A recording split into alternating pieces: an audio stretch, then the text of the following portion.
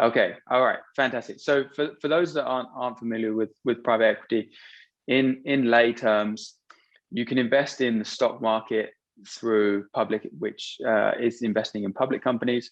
Private equity is investing in privately held companies. Back in the 80s, private equity got its start and actually was labeled buyout or a buyout firm.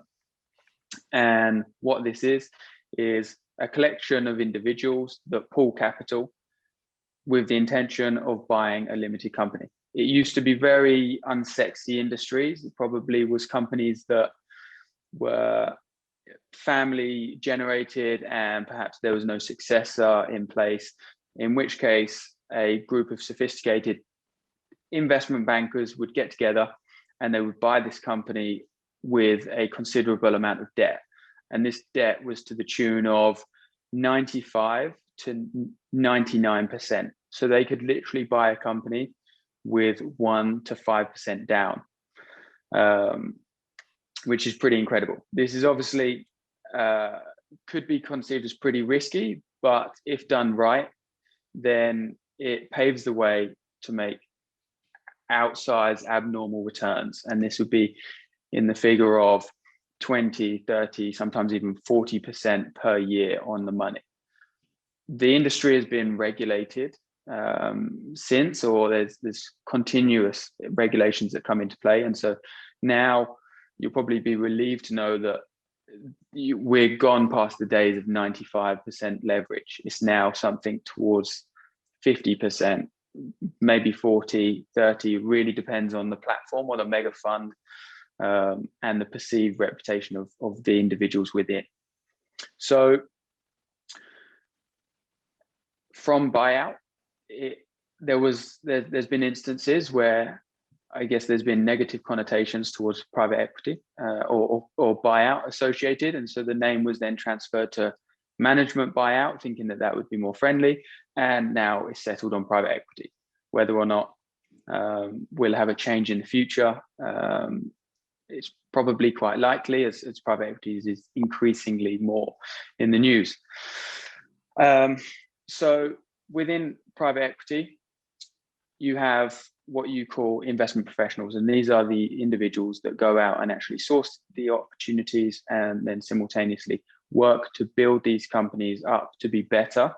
And this could be through processes, this could be through new systems, this could be hiring a new workforce, all of that jazz, effectively with the intention of in 3, 5, 10 years down the line to then sell at a profit.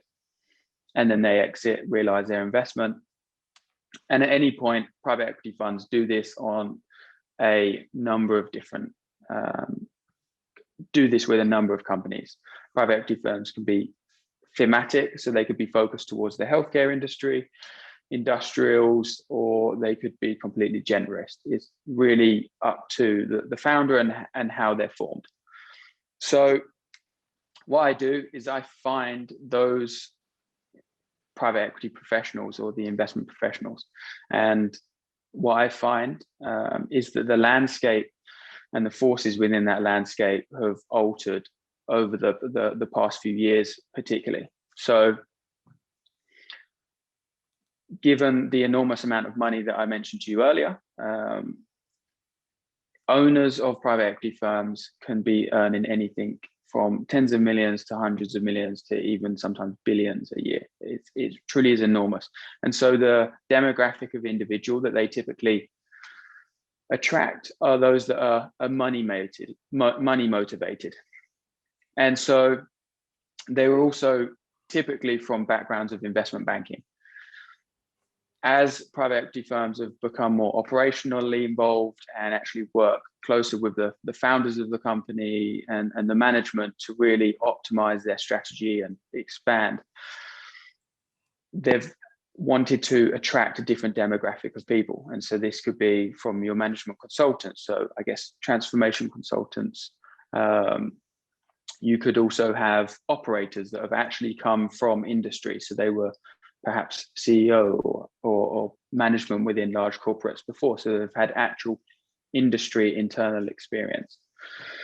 So with this, you have the challenge of actually trying to attract those folk and make the opportunity of being within a private equity fund less numerical and less process driven, and actually more oriented towards creating value, and also being more aligned to social concerns. So this is really what I wanted to talk to you on today. The fact that attitudes for individuals wanting to move into an investment seat is definitely changing. And as a result, the private equity firms are having to change to ensure that they are retaining and attracting the best people. So how's everyone up to this point? Do you have any questions on private equity? Let me know if I'm not unclear on anything. That sounds good. Okay, fantastic. So with regards to attracting talent, I think what we are very much seeing within industry is that people, especially with the whole COVID situation also, it's just amplified what people attach value to. So as I mentioned, rather than just being concerned on financial incentives, it's now also tiered towards social considerations. So SRI, socially responsible investing, and ESG, which is environmental, social, governance, are probably terms that you've probably seen pop up quite a lot in the last few years, particularly. And this is just that people want to ensure that the companies that they're investing in are moving away from perhaps polluting industries, or those industries that are deemed more sinful, and really towards the new age of technology, energy efficiency, maybe advancements in healthcare and education technology, etc. So with that, private equity funds also need to make sure that they're aligned on that front. But I think companies in general are having to do that. Also, a big pull for people now is to ensure that the company that they're looking to join is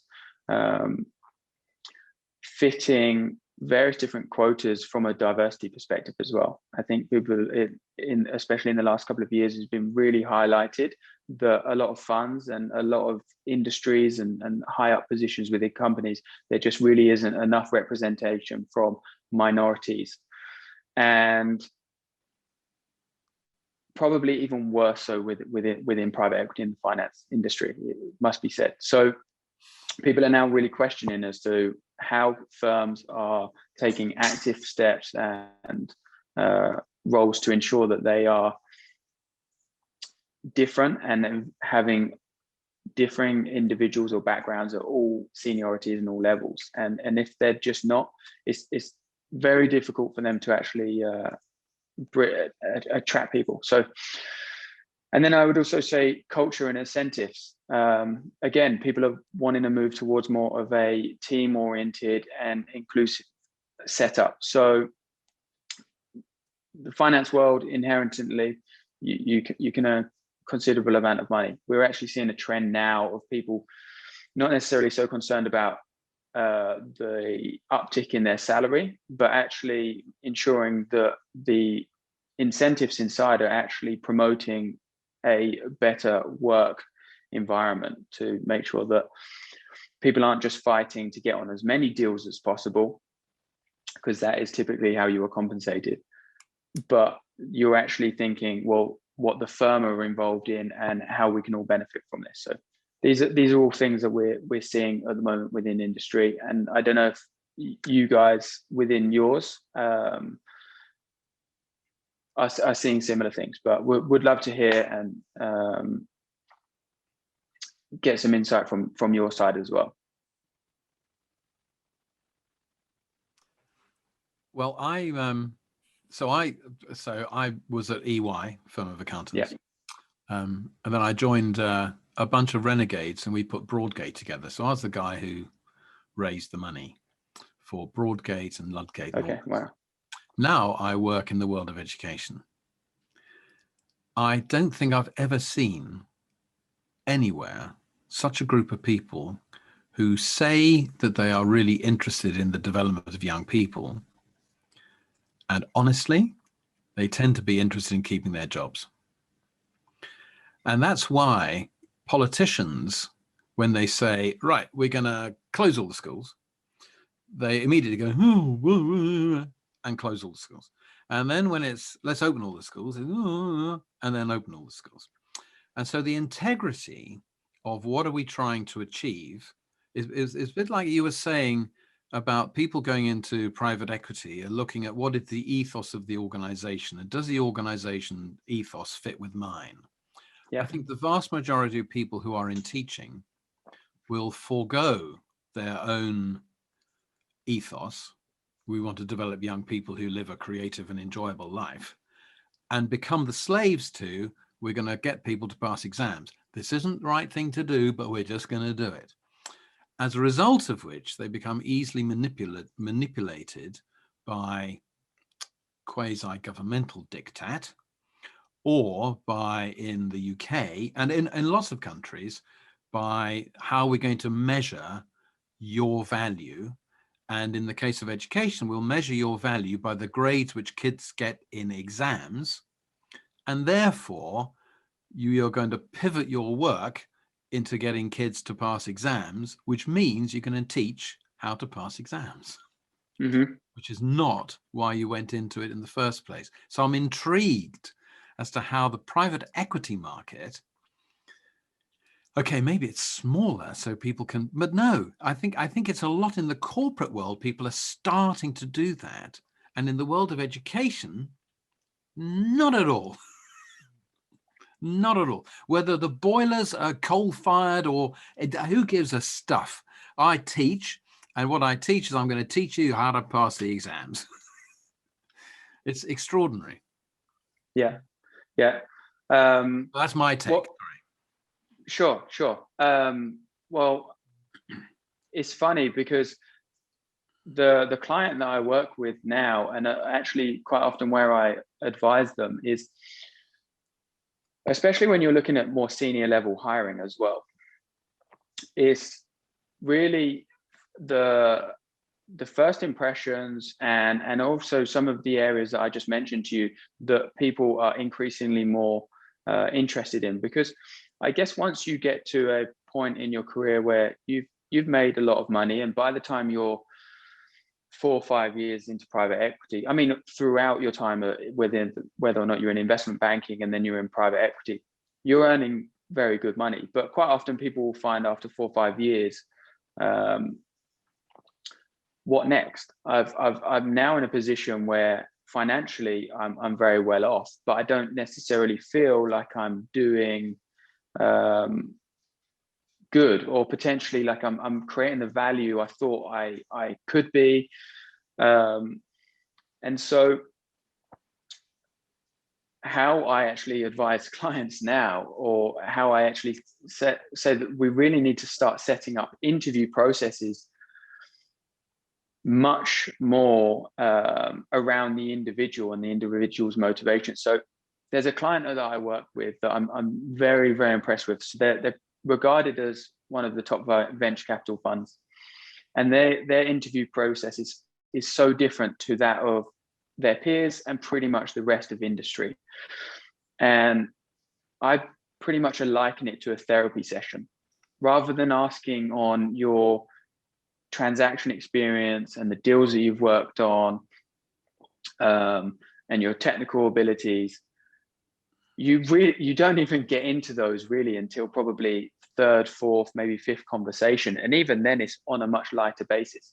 But the emphasis from the first, second conversation and the first couple of hours is really down to you as an individual and what drove you.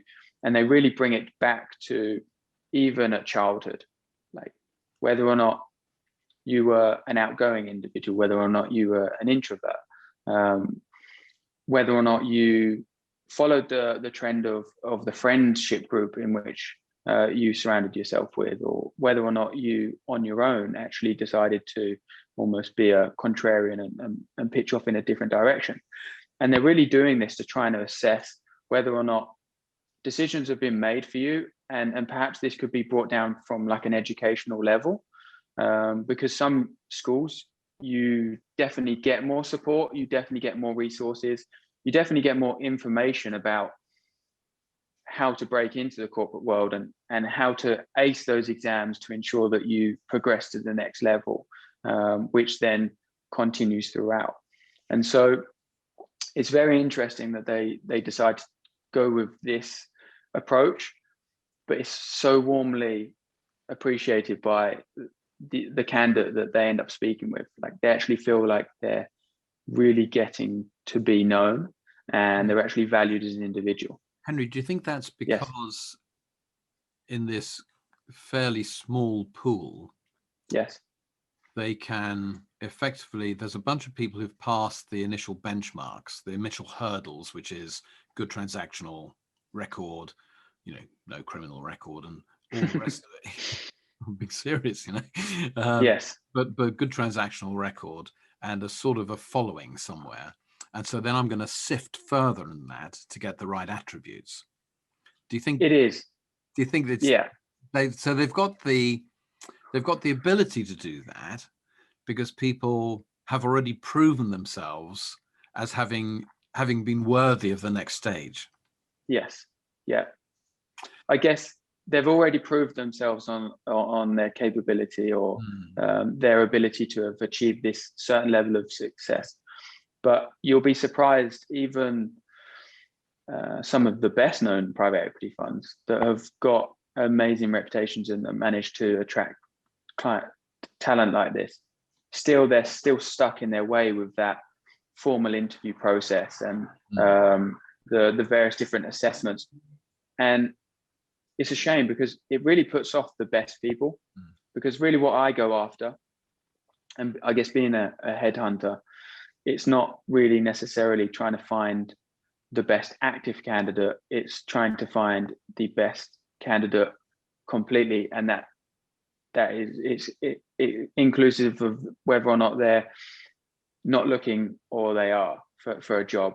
And it's trying to find, often the best people are seen well inside their organization, they've got a lot of support, they're probably compensated quite highly because of their position and what they mean. So they don't really have that pull factor to actually, or really the push factor for them to actually go out looking. So it's really a matter of trying to actually pull them into the organization, and doing a robust assessment early on is a very quick, surefire way for them to say, like, I've not got time for this, or like, I'm not going to go through an assessment. They'll have an informal conversation, they'll take a coffee to find out a little bit more, and it's just nudging them as they go along. So at the risk of hogging others who I know want to jump in, could you define yourself a bit as a bit of a talent spotter? So you are cruising around to see where is the potential talent, even though some of you may not recognize that they are super talented. And then you effectively try to show them there may be a better home for your talent.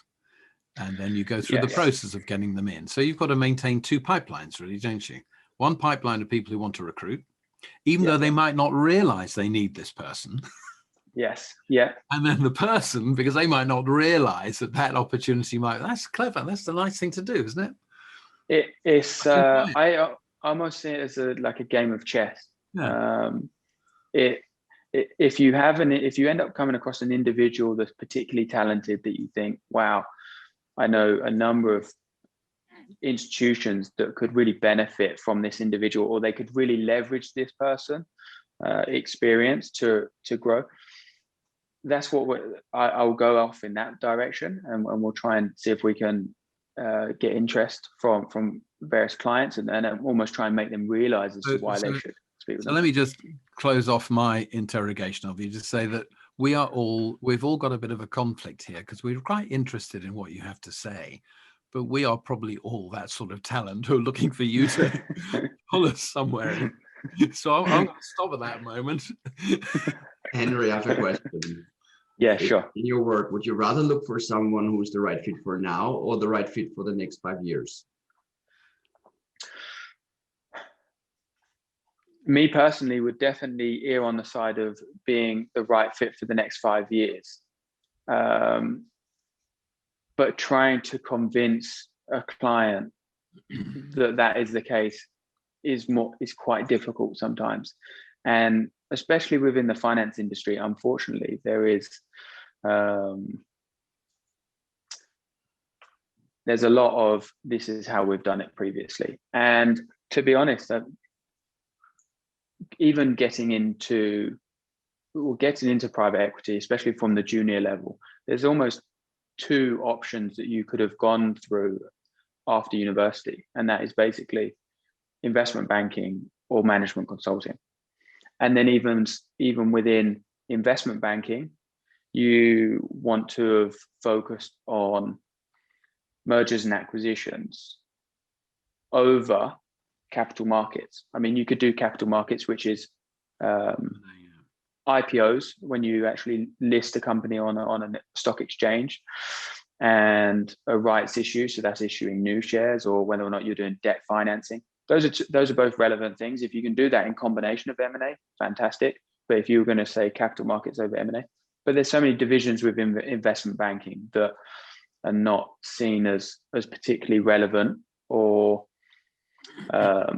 really what they're looking for. And unfortunately they have the ability to be picky and choosy, because it's basically just continued to be like the elite of the elite. The industry just narrows down, and the amount of people that want to get into private equity for the aforementioned reasons is just immense. If you spoke to pretty much 80% if you spoke to everyone in investment banking, I could pretty much guarantee that 80% of them would say that they want to go to private equity. Interesting. Thank you. Another question. Silicon Valley, we're distinguishing between linear and exponential organizations. And my job a bit is to help companies transform to exponential organization, because most of the organizations in the world are linear organizations. They think in scaling products. They have old hierarchical structures, silos, kind of all the things that we grew up with when we were children. And one of the traits of exponential organizations is experiment. An experiment basically is this underlying principle of fail fast, fail forward, where you put an hypothesis into the room, and in a 2 weeks process, so there is a process behind experimenting, very close to design thinking with a few more aspects on it. You either verify or falsify on metrics that you determined in the beginning. And it's a process. Organizations understand that they have to run experiments to learn what works and what does not work as a fabric of the organization. It's something, it's not a project, it's something that they do run by a director of growth. The companies you work with, what's their perspective to experiment? How far away? I'm not even saying if they're unexperimented, but from your observation, how far are they away from understanding that experiment is a mandatory aspect of future successes? Sure. Okay. So I would say it differs with my clientele. So within the private equity landscape, that's actually a broad concept, because within private equity, what you have is you have venture capital. So this is earlier stage investing. And so this is basically companies that perhaps could be raising funds for the very first time. They may be 2-3 years from commencing operations. To be honest, nowadays, I mean, it could be even earlier than that. I mean, sometimes you have companies that raise enormous valuations from having operated for 1 year. Is that pre-MPV? Pardon, sorry? Is that pre-MPV? MPV. Don't they even have a product? Oh, okay. Quite often they do, but I mean, it really depends on what company they're investing in. I mean, if they're software or if they're like an autonomous vehicle company, I mean, they certainly won't have a product. It will. I mean, perhaps they could go to like Series D. They could have raised almost upwards of $1 billion before they've even actually got a finalized product. They'll have a concept, and they'll have the individuals that prove they've got proficiency in some area, but it's not always. Quite often, it's pre-revenue. With venture funding. So you have venture funding, which is very much on the earlier stage. And then you have what you call growth investing. And so these are slightly more sophisticated companies. Typically, without going too complicated, what you have is you actually have what you call series. So they actually do them via the alphabet. So you have series A, B, C, D, E, and it can continue up. Venture capital typically focuses on series A, maybe series B. And as I said, this is the series basically correlate to your round of funding or financing. So growth equity usually takes the form of probably B to maybe D, or perhaps even E. It's all a bit subjective, and also it comes even more complicated when you're actually trying to put a monetary figure on it, because sometimes a series A could be 100 million, whereas sometimes 100 million would actually be series D. So bit complicated, but anyway. Often A is 6-digit and above, and below 6-digit is seed. It for sure can be, but there's certainly exceptions and times instances where it can be wildly different. If you get an Uber or like a Facebook or something, it just goes out of the window. So you have growth investing from that, and then you have buyout investing, which is typical large mega cap. So like the KKR, the Carlyle, the Apollos of this world, where they're almost entertaining conversations of companies that are like $1 billion plus, and so they're looking to invest anywhere from 100 million to $1 billion, sometimes even multiple billion, and the soft banks, for example. So on the testing, or your point on how open they are to this and the new implementation of ideas, I would say within the VC arena is very prevalent.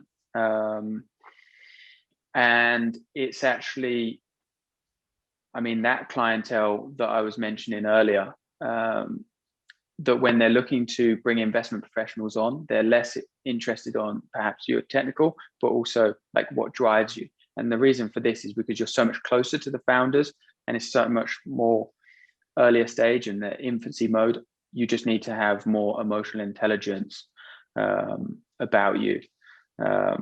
And really, you don't have any data points to actually be completely analytical, because as I said, it could be pre-revenue, pre-product. So a lot of what you're trying to work on is assumptions and your like best guess and your best estimate, rather than actual, hey, we've had 10 years of revenue growth, and if it's going off in this linear fashion, we would be looking at coming in at this valuation or something like that. Okay. Mic is open. Anyone who has a question, please. And yeah, Marcus, you can continue, of course. I had a question around, well, it's a question and a comment, I guess, really, which is going back to the interview. I think it's a fascinating topic, and how your client, the venture capital client, was doing it differently. And what that makes me think, and it's maybe a little bit linked to Nicky's point as well, is that it's clearly fantastic for the individual to feel like they're valued and this organization gets me. They understand me, and that's more important than what I can bring in terms of network or deal capabilities and whatever else. Yeah. But then the challenge to retain that talent is that culture going to be continued within the organization? So, if they arrive and then, they realize the organization, has no real commitment to ESG or to, some of the things that are valued by that individual, then they probably won't last long, right, in there, and doesn't work for anybody. So are you seeing that? Because I mean, in finance and the financial, my wife works for one of the big investment banks, HR actually. So UBS. So, I have these sort of conversations. So I understand the culture or traditional culture within, investment banking and so on. And it's a real challenge. And so are you seeing that shift? And any sort of thoughts on that cultural aspect within the organization? Definitely. So you're definitely finding more people that are actually leaving industry and leaving investment banking. I think so. There's two trends, I guess, I want to talk on. So the diversity aspect, banks have been really trying hard to make sure that when they now take in at a junior level, there is like a complete equal split. And in fact, there's actually usually on an analyst program, quite often some banks are now starting to implement like 60+% female exclusively to 40% male, because they're expecting that once they've done 2 or 3 years in, if they've not already been pulled out by a private equity fund, and that gets earlier and earlier. It used to be 3 to 4 years. It's now pretty much 1 year. But they tend to leave much earlier because I think the culture and the toxic environment puts them off, and they realize that actually this doesn't align with my values. And I mean, my girlfriend's a banker.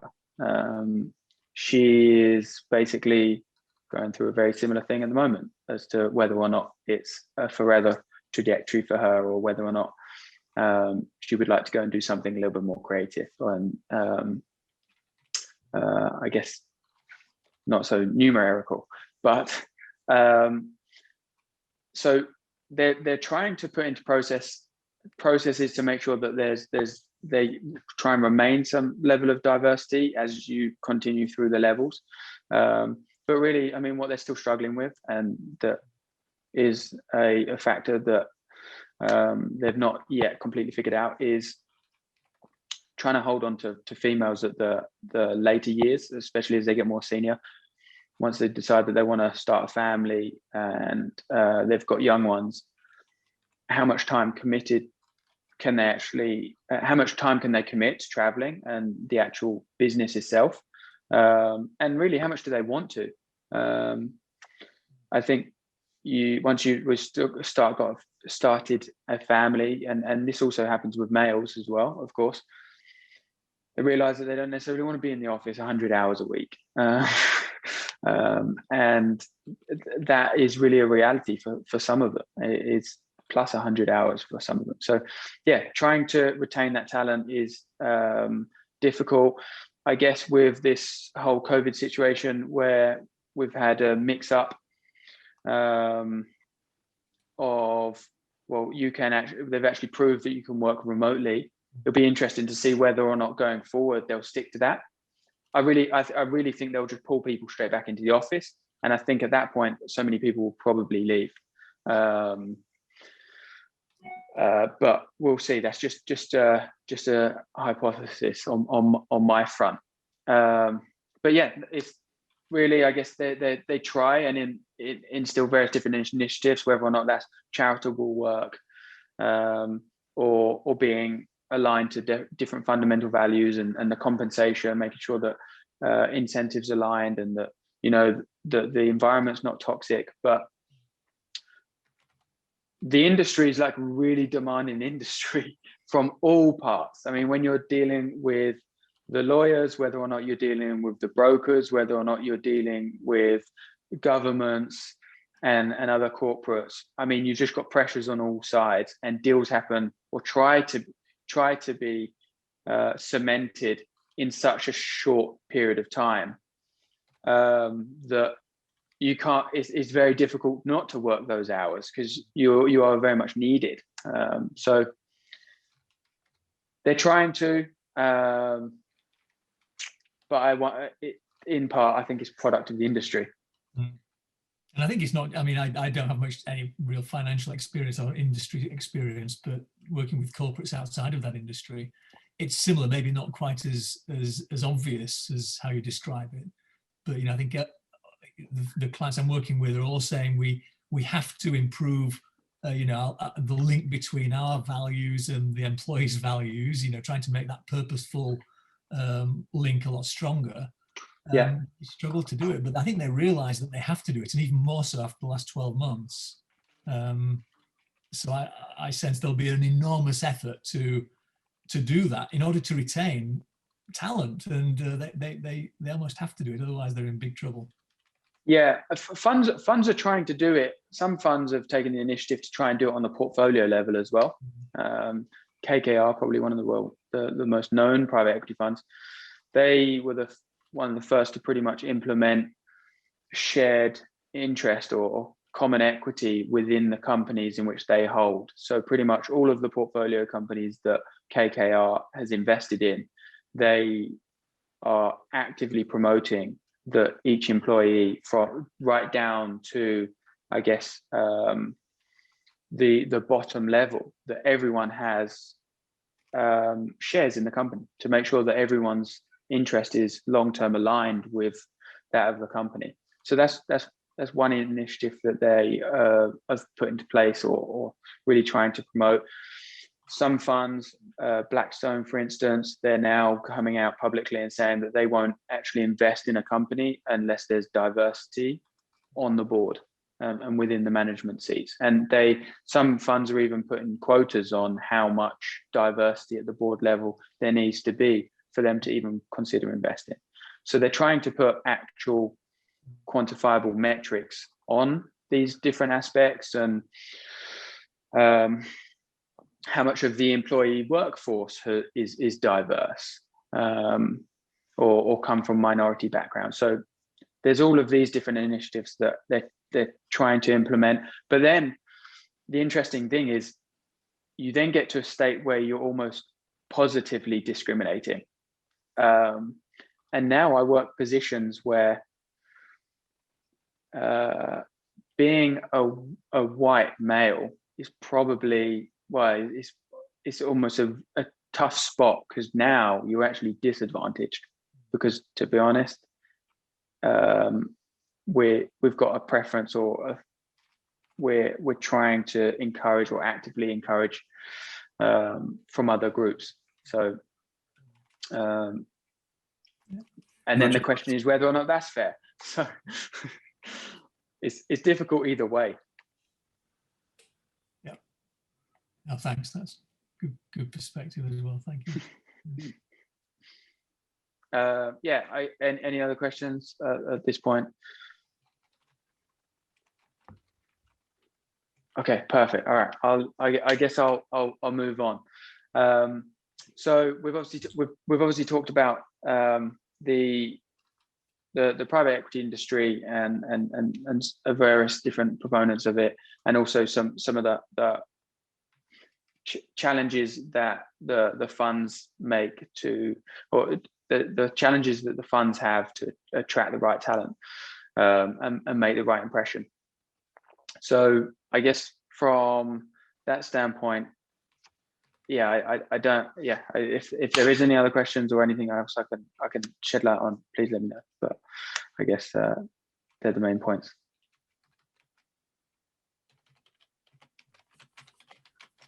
Okay. Floor is open.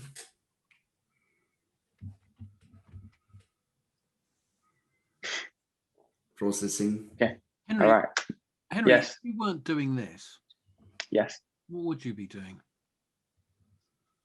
Good question. So I was, through studying, my intention was actually to go into the finance world. So I studied finance. When I actually got into investment banking myself, I quickly realized that it actually wasn't an area in which I was completely interested in, or I didn't necessarily feel like it spoke to what I was most interested in. I really love to build relationships. I love talking finance. I love business, but really what I love is connecting people and building relationships. So I guess the next growth, or next stage of my business, is actually a podcast, and actually interviewing various different investors throughout. But I guess if financial, if you weren't going to put any financial considerations on it, then probably something adventurous. I mean, at the moment, I'm actually in the process for the Royal Marines Reserves within the UK. So I guess that probably gives you a little bit of an indication as to the things that I enjoy. Plus, I traveled for about a year and a half as well. So we could fire back the same questions as you're advising your clients to ask of potential candidates to you. And so does that mean if you could make a living out of being a Bear Grylls or something like that, you would much prefer to do that than what you're currently doing? I think I would say like part of my personality, or like part of my being. I really enjoy being outside, love being adventurous, but I also like technical aspect of the job that I do. So I like the combination of the two. Good answer. So Henry, what do you think? So private equity is always looking to an investment with an exit strategy. Yeah. So the people who come into private equity, so let me just declare in this, for a little while, a few years, I was director of recruitment for a firm called EY. Yeah. I'm a chartered accountant. Got a half decent MBA. And and in that, I was always looking for individuals where we could make positive returns out of the time in which they're going to be in the organization. So I was also looking at the exit strategy for the person leaving, and ideally for them to be a client of ours, so that the investment we've made in them will be repaid by them engaging with us. It's a McKinsey. Okay. Yes. Okay. So interesting. When you're looking at people, when you're talking to people who are entering the world of private equity at whatever level, yeah, in your opinion, what is the current sort of likely time frame which people are looking at? I'm going to go in here, I'm going to do some work. Yeah. And I'm guessing they're not saying I'm going to stay forever, because that would be somebody who goes into teaching. So so what would you say was should I use the word churn? What is happening at the moment in that industry with the individuals? What's their rate of change, rate of churn? What are people looking at? Okay, no, that's a very interesting question. So most people go into banking and consulting straight from graduating. And usually the time frame on that is basically 12, 24, 36 months. It's pretty rare now that actually people elevate through the levels. You definitely do, but it's quite rare. And that's quite known. And as I mentioned earlier, like if you were to speak to anyone at an analyst level within an investment bank, probably 80% of them would say they're exiting to PE. And if they're not exiting to PE, they may be going back to school to go do an MBA. They may be going to do a master's, may go to tech or corporate development, something. Within private equity, people actually enter it thinking that it's for a long-term move. And that's because of how the fund is structured. So within banking, your money's made through your salary and your bonus. Within private equity, and it really depends on the institution, but you will obviously still be remunerated well on base and bonus. But really what people are going after when they actually enter the industry is what you call carried interest. And carried interest is effectively your share of the fund of capital in which you're investing. And so the private equity fund itself, typically, again, depending on what fund, but a lot of them used to be set up so that you would enter and exit within 5 years, and it's just got progressively longer. And so now you're probably averaging out at 5 to 7. However, you have some larger funds, larger institutions where they're actually raising funds or pools of capital for 10, 12, 15 years. You as an individual joining a private equity fund, when do you get paid? So some of the larger funds will pay you on a deal by deal basis just because they have the capital to be able to do so. So when you exit an investment, whether or not that's 12 months after or not, they'll pay you. But most private equity funds are actually set up so that you get paid once the entire pool of capital from that fund that you raised, whether or not that be $1 billion, is invested and then divested, closed up, returned to institutional money, and then you get a proportion of that. In which case, people are looking from it from a longer term lens, because usually they're anticipating that they don't actually get a payout or the big payout in private equity until 5, 7, 10 years down the line. And then as you're within that private equity fund, as they raise different pools of capital or different funds at different times, you can obviously have a carried interest in each of those. So that's really how you kind of get wrapped up into the whole private equity space. people typically enter it with this long-term view in mind. What's interesting is that people enter it and now quite often will leave after 2-3 years, and that's becoming more common because people are real. Go on, sorry. But so they are foregoing the potential carried interests in order to take another carried interest somewhere, or to. So how do you get people to forego what is potentially an enormous pot in the future, but it's still their actions can realize it? Go somewhere else. And presumably the longer they've been there, the more is the net present value of that future interest. Absolutely, yes. So within the private equity space, it's usually only 2 to 3 years after you've joined that you actually start getting involved in carry. So you have to do your associate years. You have to then be promoted to a principal before the fund actually gives you a share of that. Right. So quite often people will leave within that 2 to 3 year range before that actually happens. And also there's quite a lot of funds that sneakily, or I mean, they're just able to, especially with the larger firms, they have an associate program. So basically you are actually, the setup is that you are with them for 2 years, and then after that period you leave.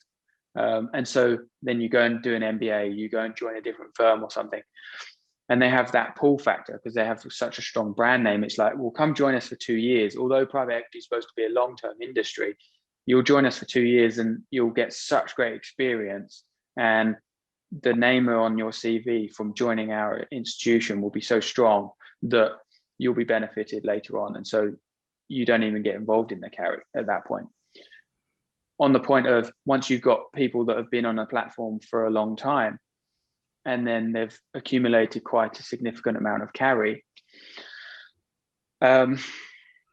either in some instances they'll forego it, or maybe they'll forego a proportion of it. Maybe when they agree to leave their current firm, they end up managing to convince their employer to release X amount of fund for them.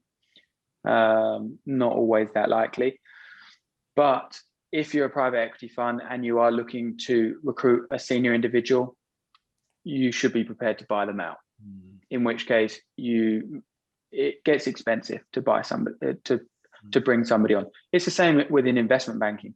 If I was to hire somebody onto another platform, the industry standard is that when you join, irrespective of at what point in the year you join, you should get a bonus that is prorated as if you've been there for the whole 12 months. And so these can be quite enormous amounts of money if you decide to hire people off cycle or midway or 3 quarters through the year. You've got to really want the person at that point. Henry, I have a hypothesis, and I'm curious what you think about it. We're in an era of change, so you basically need the archetype of a builder and not a keeper. And it comes with the builder archetype that they don't stay with an organization for a long time. So here's my hypothesis. I say that you attract the better player if from day one you make sure and let them know that you support them when they want to move on. You might even be the one helping them find the next job. As opposed to organizations who have this idea of, now we have the best player, I want to make sure we keep him forever, or her. What do you think about that? So do you mean from an institution standpoint, as in supporting them throughout the entirety of their career and almost trying to retain them on their platform, irrespective of what they choose to do? I mean, if you could do that, it's a fantastic concept, but I guess people move for different reasons, whether or not that's because you don't like your colleague or your coworker, or maybe you're under a crappy manager, or perhaps you're not working on the transactions that you want to. Maybe the senior guy is not bringing in as much revenue, and you're not getting that repetition of deals, or perhaps you've decided that you don't want to spend so much hours within an organization. So yeah, does that answer, or Yeah, maybe I've interpreted it wrong? yeah, absolutely.